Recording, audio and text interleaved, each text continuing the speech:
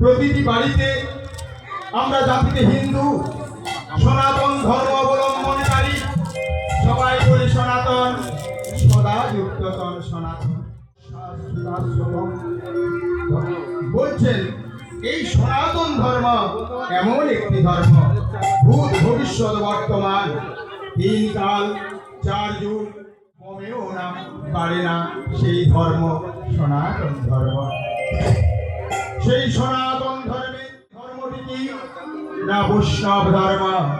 বিষ্ণু জানাতি বৈষ্ণব, এই রাধা মাধবের যে বৈষ্ণব ধর্ম বলছেন।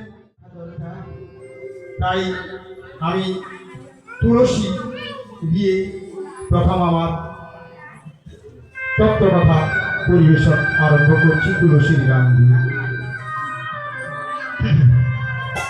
নম নম তুলসী কৃষ্ণ প্রেয়সী নম নম